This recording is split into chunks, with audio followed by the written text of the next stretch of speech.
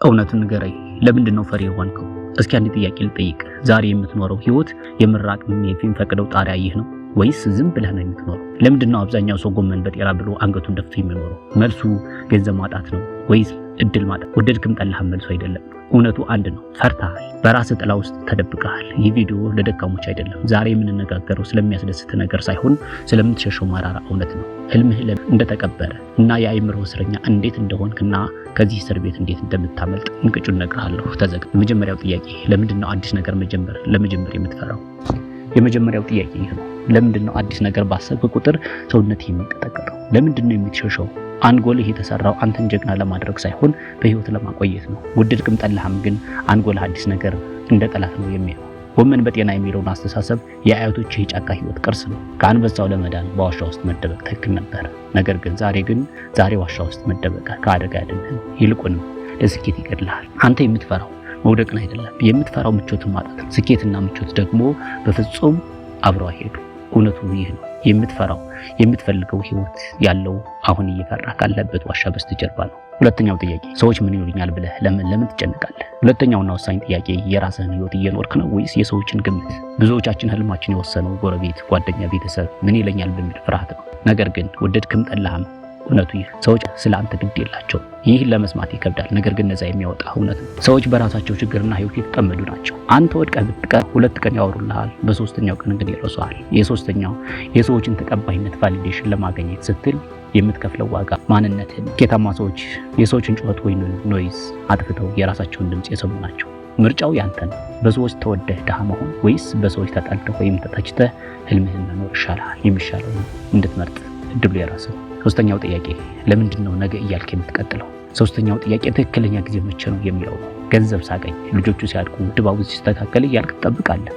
ወደድክም ጠላህም መልሱ ይሄ ትክክለኛ ጊዜ የሚባል ነገር የለም።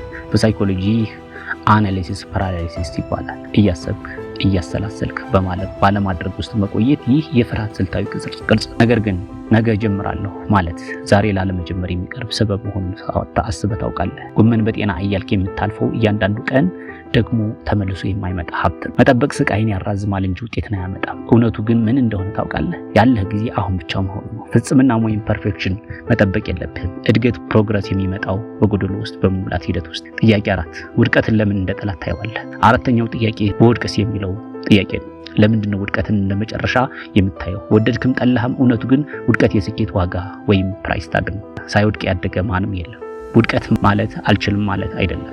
ውድቀት ማለት በዚህ መንገድ አይሰራም፣ በሌላ መንገድ ሞክር የሚል መረጃ ወይም ዳታ ነው። ጎመን በጤና ሆነ ምንም ሳትሞክር ምንም ሳትሳሳት መኖር ትችላለህ። ነገር ግን ያ ህይወት ነው ወይስ ሞት? በመቃብር ውስጥ ያሉ ሰዎችና ብቻ ናቸው የማይሳሳቱት። እየኖርከ ከሆነ ልትሳሳት ግድ ነው። ፍርሃት ውድቀትህ ሳይሆን ከውድቀት በኋላ ያለውን ህመም ነው። ነገር ግን ከመሞከርክ በኋላ የሚመጣው ህመም ይልቅ ሳትሞክር የሚመጣው የጸጸት ህመም በእጥፍ ይከብዳል። ስለዚህ ወደ አምስተኛው ጥያቄ 5 ለምንድነው ራስን የምትጠራጠር? አምስተኛው ጥያቄ እኔ ማንኝና ይህን ነገር ትልቅ ነገር የምሰራው ብለህ ታስባለህ? ይህ ደግሞ ኢምፖስተር ሲንድሮም ይባላል። ራስን ማሳነስ። ወደድክም ጠላህም መልሱ ይህ ነው። ራስን ዝቅ አድርገህ ስላየኸው ዓለም ዝቅ አድርገህ አየች። ዋጋህን የምትተምነው አንተ ራስህ ነህ። አንተ ለራስህ ጎመን ከሆንክ ዓለም ዶሮ ወጥ አትሰጥህም። ሰዎች በፍርሃት የሚኖሩት ውስጣቸው ያለውን አቅም ስላላወቁ ሳይሆን ያንን አቅም አውጥቶ መጠቀም ኃላፊነት ስለሚጠይቅባቸው ነው። ኃላፊነት መውሰድ ያስፈራል። ተራ ሆኖ መኖር ቀላል ነው። አንተ የተፈጠርከው ግን ለቀላል ነገር አይደለም። እውነቱ ይህ ነው። ከአንተ በቀር ጠላት የለህም። እንቅፋቱ መንግስትም አይደለም፣ ኢኮኖሚውም አይደለም፣ ቤተሰብም አይደለም። እንቅፋቱ ያንተው አስተሳሰብ ነው። 6ኛው ሀገሪቱ አትመችም ብለህ እጅ ሰጥተሃል። ስለዚህ ይህ 6ኛውና ብዙዎቻችን እንደ ወርቻ ስሩ የያዘን ጥያቄ ነው። ኑሮ ተወደደ፣ ዶላር መነዘረ፣ ስራ የለም እያልክ የምትኖር። አዎ ሁኔታዎች ከባድ እንደሆኑ አይካድም። ነገር ግን ወደድክም ጠላህም መራራ እውነት ይህ ነው። ችግር የሀብት ምንጭ። በዚህ አንተ አይመችም አይቻልም በምትላት ሀገር ውስጥ ልክ በዚህ ሰዓት ከባዶ ተነስተው ህንፃ እየገነቡ መኪና እየገዙ ያሉ ሰዎች አሉ። እነሱ ከሌላ ፕላኔት የመጡ ናቸው ወይስ ምን ትለኛለህ? ሁሉም ሌቦች ናቸው አይደሉም። ልዩነቱ ያስተሳሰብ ነው። አንተ ችግሩን ወይም ፕሮብለም ብቻ ስታይ፣ እነሱ በችግሩ ውስጥ ያለውን ድል እየተመለከቱ። በምቾትና ሁሉም በተስተካከለ ጊዜማ ማንም ይነግዳል። ጀግና የሚለየው በእሳት ውስጥ ሲያልፍ ነው። አንተ የመንግስት ፖሊሲ መቀየር አትችልም። መቀየር የምትችለው የራስን ጥረት ብቻ ነው። ምርጫው አንተ ነው። አንተ የኑሮ ውድነት እያማረርክ መኖር ወይስ ከችግሩ በላይ የሚያደርግ መፍትሄ መፈለግ ይሻላል? እያማረርክ ልትደርስ ትችላለህ። 7ኛው ጥያቄ ተመልካች ነህ ወይስ ተጫዋች? ሰባተኛውና የመጨረሻው ጥያቄ ቀኑን ሙሉ በቲክቶክ በፌስቡክ እና በካፌ ወሬ የሌላውን ሰው ህይወት ስትከታተል ትውላለህ። እገሌ እንዲህ አለ፣ ፖለቲካው እንዲህ ሆነ እያልክ ትንተና ትሰጣለህ። ወደድክም ጠላህም እውነቱ ይህ ነው። ወሬ እንጀራ አይሆንም። ስለ ሀገር ጉዳይ መጨነቅ ጥሩ ነው፣ ነገር ግን የራስን ህይወት ፈራርሶ ሀገር አይገነባም። በስልክ ስክሪን ላይ የምታያቸው ሰዎች የሌሎችን ሰዎች ድል ያንተ ሽንፈት አይሸፍኑ። በሶሻል ሚዲያ የምታያቸው ሰዎች እየሰሩና ገንዘብ እየሰሩ ነው፣ አንተ ግን ዳታ ገዝተህ ያያቸው ነው። እነሱ ተዋናይ፣ አንተ ደግሞ ተመልካች ሆነሃል ማለት ነው። ተመልካቾች ከመድረክ በታች ናቸው፣ ተጫዋች ግን መድረክ ላይ ነው። መቼ ነው ከወሬ ወጥተህ ወደ ስራ የምትገባው? ጊዜ የለህ። ላይክ እና ሼር የቤት ኪራይ ሊከፍልልህ አይችልም። ስልኩን አስቀምጥና ወደ ተግባር ግባ። በመጨረሻ የምልህ ነገር አሁን ሁሉም እውነት ሰምተሃል። ወደ መጨረሻው ጥያቄ እንምጣ።